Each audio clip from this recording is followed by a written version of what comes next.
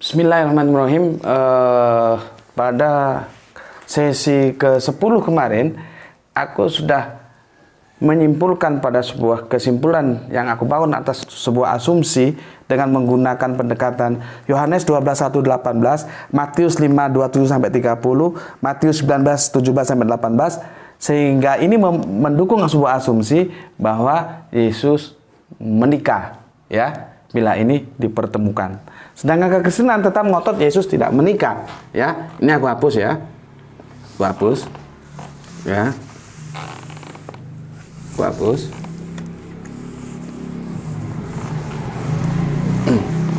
Sekarang kalau Kristen tetap ngotot, ya, atau begini. Ini sekarang menjadi sesi yang sebentar, 11, ya, 11. Resiko yang ditanggung Kristen, resiko yang ditanggung Kristen bila Yesus tidak menikah. Ya, ada resikonya, gitu loh. Ya, nih.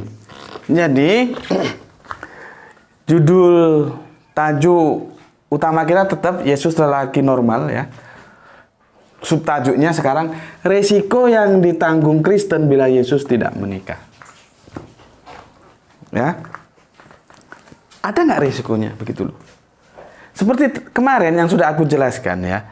Asumsinya itu dibangun, ya, dibangun atas sorry, tadi aku sudah hapus, ya. Sebentar. Aku tadi kesusu hapus saja. Ini, ya. Yohanes 12:1-8, ya. Kemudian Matius 5:27-30. 27-30 maksudnya ini. Ya. Terus Matius 19:17-18. Ini, ya. Dari kompilasi ketiga ayat ini, bila kita ketemukan, ya, seperti aku bilang kemarin, kita ketemukan begitu, maka apabila Yesus tidak menikah, maka sebuah kesimpulannya dia berzina. Dia berzina. Kesimpulannya ini berzina. Ya. Berzina. Yesus berzina. Kalau Yesus tidak menikah. Ya. Jadi, aku ulangi lagi, aku perjelas lagi, supaya kalian paham. Risiko yang ditanggung Kristen bila Yesus tetap dianggap tidak menikah itu adalah nih. Sebelum ke sini ketahui dulu. Maka pertama Yesus harus dinyatakan sebagai pezina.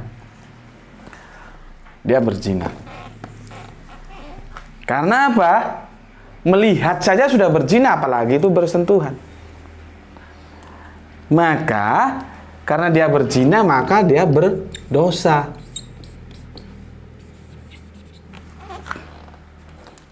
Berdosa. Oke.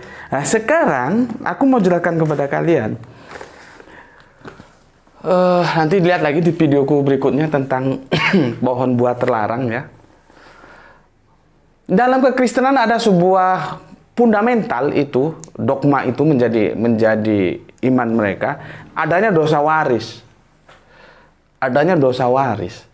Dosa waris itu ketika Adam dan Hawa melakukan dosa dengan makan buah terlarang, ya, itu menurun ke setiap manusia, meskipun dia nggak pernah ngerti apa-apa, lahir sudah punya dosa. Itu namanya dosa waris. Meskipun secara logis ini nggak masuk nalar gitu. Tapi oke lah, itu sudah aku bicarakan di video yang lalu, ya. Aku nggak mau ke sana dulu. Kalaupun nanti perlu kita perjelas, kita bikin video berikutnya lagi. Tapi intinya di sini, dalam kekristenan itu ada yang namanya dosa waris. Dogma ini yang dibangun oleh Paulus lewat soteriologi salib.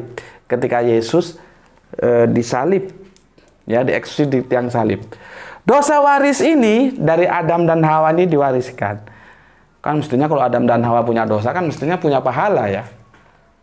Coba tanya sama Bapak Pendeta, kenapa nggak ada pahala waris? Supaya nggak aneh-aneh gitu loh. Inilah akibatnya percaya dogma jadi aneh-aneh gitu. Oke, dosa waris ya. Pakai warna apa ini? Warna biru. Dosa waris ini bisa ditebus dengan orang yang tidak punya dosa. Maka dikatakanlah Yesus itu satu-satunya orang manusia yang tanpa dosa, nirdosa, ya, tanpa. Masih nampak di sini? Nampak? Tanpa dosa. Aku nggak puas kalau nggak di sini. Sini nampak? Tanpa dosa. Tanpa dosa.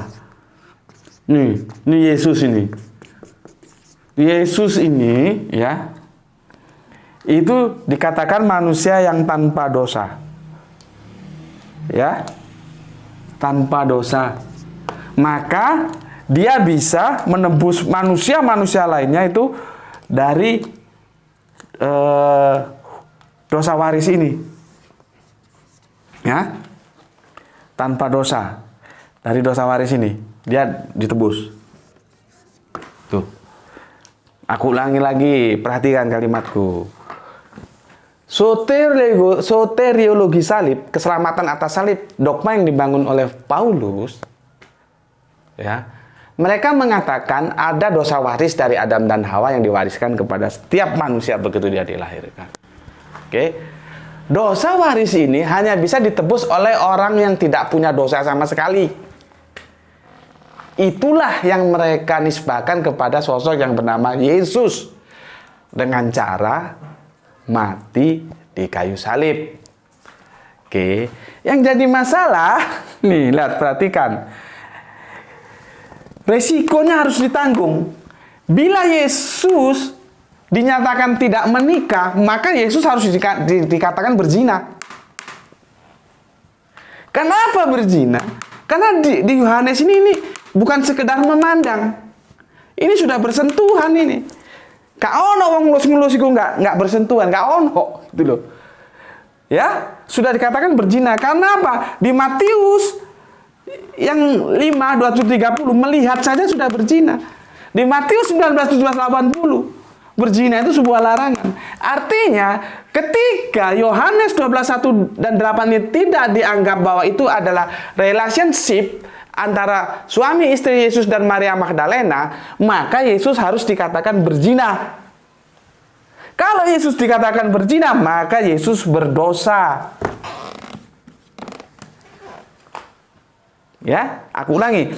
Kalau Yesus tidak dikatakan menikah atau tidak punya hubungan suami istri dengan Maria Magdalena, maka Yesus harus dikatakan berzina. Ketika Yesus berzina, maka Yesus berdosa. Karena Yesus berdosa, dia tidak bisa menebus dosa waris karena Yesus bukan yang manusia tanpa dosa. Itu risikonya. Inilah ketika sebuah kebohongan itu dibangun, maka untuk melanggengkan kebohongan itu harus ada kebohongan lain yang menutupinya. Gitu. Ini risikonya, ya. Kalau Yesus berzina, dia punya dosa, dia tidak bisa menebus dosa waris. Terlepas dosa waris itu ada atau enggak, itu sudahlah kita diskusikan di lain hal, ya. Paham ya? Jadi di sini resikonya. Oke lah, Yesus di tangan Kristen, ya, di hadapan Kristen tidak menikah, resiko yang harus ditanggungnya apa? Dosa warisnya tidak tertebus. Karena Yesus berzina dan berzina itu dosa. Sampai sini paham kalian ya? Nanti kita bahas resiko yang ditanggung Kristen bila Yesus menikah. Ada lagi nanti. Karena apa? Itulah buktinya dogma ini akan selalu berbenturan. Melanggar akal dogma itu, gitu loh. Ya. Oke, nanti kita ketemu di season yang ke-12. Apa risiko yang ditanggung Kristen bila Yesus menikah? Dan nanti juga akan, berarti ini nanti kita akan berhenti di ke-12. Apa yang ditanggung Islam bila Yesus menikah? Ada juga yang harus ditanggung. Makanya teman-teman Islam, jangan hanya ngomong Yesus menikah aja, tapi kamu lalai dari risiko yang harus kamu tanggung gitu. Oke, ini kebetulan sudah masuk sholat asar ya. Kita cukupkan sampai sekian. Insya Allah besok 11 dan 12-nya, ini 11 berarti 12 dan 13-nya, seri 12 dan 13 akan kita lanjutkan. Itu dari aku ya. Assalamualaikum warahmatullahi wabarakatuh.